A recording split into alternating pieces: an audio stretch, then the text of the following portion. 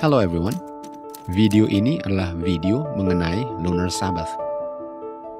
Saya sering ketemu orang-orang yang mengajarkan doktrin Lunar Sabbath ini. Saya yakin bahwa mereka dengan sungguh-sungguh mengajarkan doktrin ini sebagai kebenaran Alkitab. Dan sebagaimana mereka dengan sungguh-sungguh yakin bahwa doktrin ini benar, saya juga dengan sungguh-sungguh yakin bahwa doktrin Lunar Sabbath ini tidak benar. Mari kita lihat apa yang mereka ajarkan sebagai doktrin Lunar Sabbath. Ini adalah kalender Lunar Sabbath. Kalender ini mengajarkan bahwa hari Sabat dihitung dari munculnya bulan baru tanpa menghitung hari itu dalam hitungan 6 hari kerjanya. Kalender ini tipikal untuk setiap bulan kecuali hari ke-30-nya. Karena ada satu bulan yang jumlahnya hanya 29 hari. Sehingga gambar kalender ini hanya mewakili bulan-bulan yang jumlahnya 30 hari. Hari pertama di kalender ini dinamakan sebagai hari bulan baru, New Moon Day. Namun hari itu mereka tidak hitung sebagai salah satu dari 6 hari kerja yang mendahului hari Sabat, yang adalah hari ke-7. Dan karena sangat jelas di Kejadian 1 dikatakan bahwa Tuhan bekerja 6 hari sebelum beristirahat pada hari ke-7, mereka katakan bahwa Tuhan mulai bekerjanya pada hari kedua sampai hari ke-7 sebelum beristirahat pada hari ke-8 untuk mempertahankan kebenaran Alkitabnya, di mana hari Sabat selalu didahului oleh 6 hari kerja. Mari kita baca pengertian Kejadian 1 ayat 1 dan 2, lalu kita gabung dengan ajaran Lunar Sabbath. In the beginning, pada awalnya, Tuhan menciptakan langit dan bumi. Bumi ini tanpa bentuknya, kosong dan gelap. Tentu saja di ayat 2 ini, bumi ini gelap karena tidak ada terang yang meneranginya. Terang muncul pada hari pertama, dan terang itu bukan terang matahari, bulan, ataupun terang bintang, yang baru diciptakannya pada hari keempat. Jadi untuk mengatakan bahwa sudah ada bulan sebelum hari pertama, sementara sebelum hari pertama hanyalah kegelapan, adalah bukti bahwa sebelum hari pertama tidak ada bulan. Sesuai dengan doktrin ini, hitungan 6 hari kerja dan 1 hari istirahat dimulai setelah melihat bulan. Tapi kita tahu bahwa bulan tidak bisa dilihat kalau tidak ada terang yang dipantulkan bulan itu. Sehingga untuk melihat bulan pada hari pertama, artinya harus ada sumber terang. Contohnya matahari, yang sudah ada sebelum hari pertama, agar terangnya dipantulkan oleh bulan, sehingga bulannya dapat dilihat sebagai tanda awal bulan atau new moon. Persoalannya, sebelum hari pertama, di Kejadian 1 ayat 2, nothing but total darkness, atau tidak ada selain kegelapan. Dengan kata lain, tidak ada matahari yang sinarnya dipantulkan oleh bulan. Walaupun bulan sudah ada, seandainya, tapi kalau tidak ada matahari, bagaimana bulannya bisa dilihat sebagai tanda untuk mulai hitung 6 hari kerjanya? Kita tahu di ayat 3, pada hari pertama barulah ada terang. Dan hal itu terjadinya pada hari pertama, bukan sebelum hari pertama. Dan terang itu bukan terang matahari, yang baru nanti pada hari keempat diciptakan bersama-sama dengan bulan dan bintang-bintang.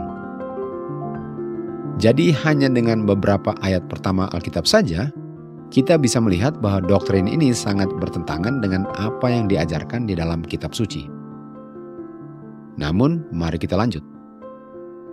Kalender ini mengajarkan bahwa Tuhan mulai bekerja pada hari kedua. Hari pertama hari kerja Tuhan adalah pada hari kedua.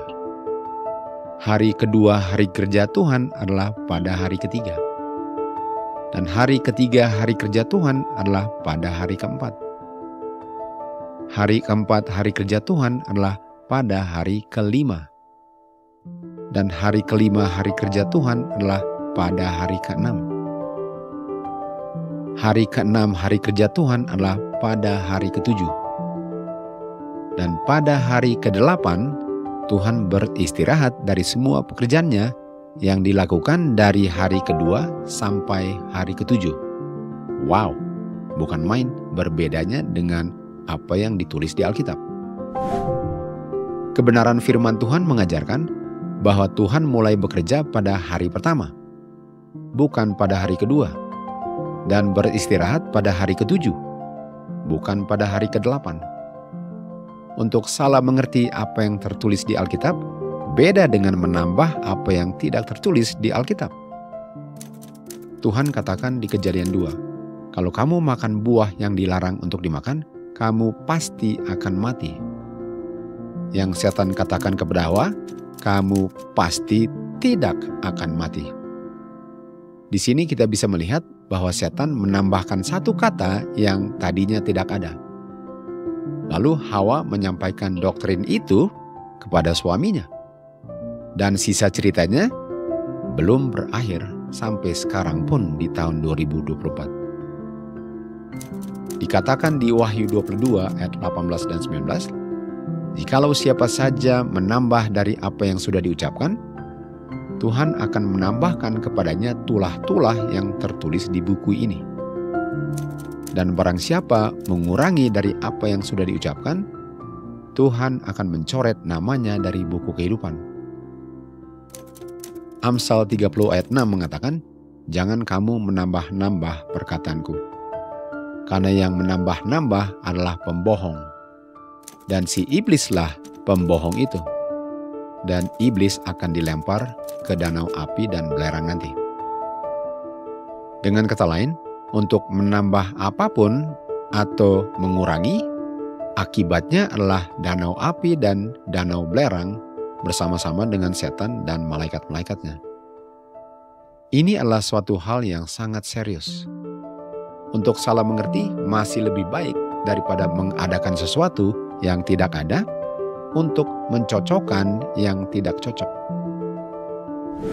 Kita tidak bisa temukan satu perintah di Alkitab yang memerintahkan kita untuk menghitung hari Sabat dengan melihat bulan baru.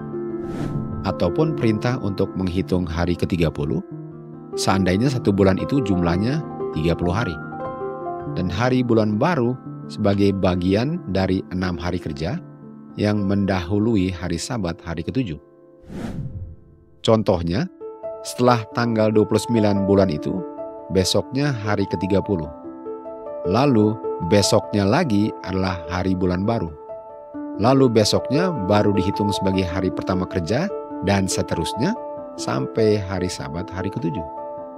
Artinya setiap antara bulan harus di-reset siklus 6 hari kerja dan 1 hari istirahatnya. Sementara tidak ada satu ayat pun di Alkitab yang memberikan perintah bagi kita untuk melakukan hal seperti itu, yaitu untuk menghitung siklus 7 hari berikutnya. Sama sekali tidak ada perintahnya di Alkitab. Tidak ada juga di Alkitab yang memerintahkan kita untuk memelihara tanggal 8, tanggal 15, tanggal 22, dan tanggal 29 setiap bulan sebagai hari Sabat hari ke-7. Hari Sabat selalu adalah hari ke-7, dan patokannya adalah minggu pertama penciptaan yang terdiri dari 7 hari, yaitu 6 hari kerja dan 1 hari istirahat. Hari Sabat tidak pernah ditentukan tanggalnya. Siklus mingguan berbeda dengan siklus bulanan. Siklus mingguan sudah mulai pada minggu pertama penciptaan sebelum bulan diciptakan. Hari Sabat tidak tergantung kepada siklus bulanan. Hari Sabat hari ke-7 bergantung hanya kepada siklus mingguan yang mulainya pada minggu pertama penciptaan. Tuhan tidak mengatakan, ingat hari Sabat setelah kamu lihat bulan baru. Tidak. Tuhan tidak katakan itu.